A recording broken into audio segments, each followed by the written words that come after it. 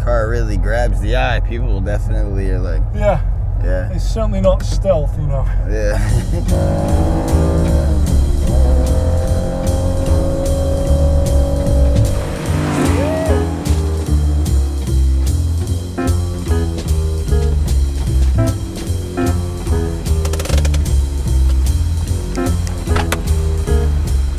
Hey man. Hey, how you doing? How you doing? Pretty good. Nice and smooth. Car's sounding good. Yep. I'm loving that red interior. I got the wheel on here. I see that too. Yeah. That fits in pretty well. Yeah, it does, huh? You want to come on in? Yeah, for sure. What actually is this space?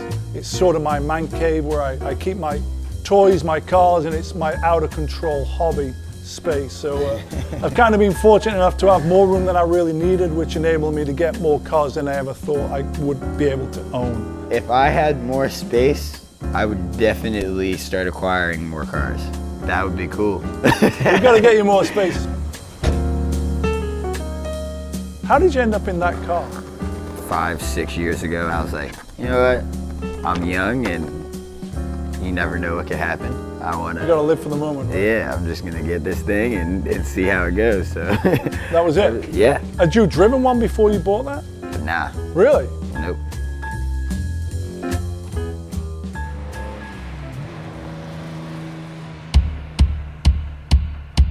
This is one of my favorites. This right here? Yeah. Yeah, this is perhaps the most performance-orientated build I've done to date. It pumps out a conservative 320 horsepower, like a faster version of skateboarding probably. Much faster. You tell me about this one here? Yeah, this is a 67S. This is actually the year I was born, so that'll tell you how old I am. The interior of this car inspired the interior of the shoe that you're wearing. You notice one side's got the blue tarn, the other side's got the red, so it came right from here. I'm not a big fan of shiny new on anything. For me, it's a tactile, comfortable thing.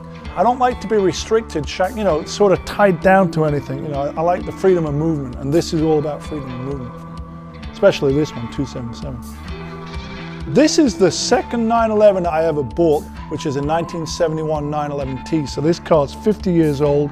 I bought it at the Pomona Swap Meet in 1999, 22 years ago. The car developed over time. It wasn't like I threw a bunch of money at it and said, let's go racing. It's beat up, it's got character, it's got patina. Believe it or not, originally this car was not red, white, and blue. It left the factory in that shade of gold paint right there. 277's a purely random number, doesn't mean anything. I just wanted a race number with 7s in it. And I don't name my cars. This one's a silver one, that's a blue one, but yeah, this is 277. Yeah, this is the baby. This is it. If someone says to me, hey, you can only keep one out of all your cars without a hesitation, without even questioning it, 277's the car. Boom. That's kind of the story of the car, and that became the inspiration for the shoe. Holy shit. This is it. You can drive right in, just like you said. This was my very first sketch of what I actually did. The goal behind the shoe really was to add elements of the car. You can see we did maintain the Union Jack. We have the 277 insole. And the shoe didn't really change drastically. This was the very, very first sample. I even got a Sharpie out and did the black outline around 277 because initially it didn't have it. And the shoe's designed to age sort of like the car is. That scuffs away to gold, which was the original color of the car. And for me, that's sort of the joy of the car is the DNA behind it. I would definitely say that other than skateboarding, cars and driving is probably my second biggest passion. I literally love it. It brings me so much joy. You ready for your drive? Yeah, of course. I'll find a pull-in spot over the bridge and we'll get you some seat time. There we go, rock and roll.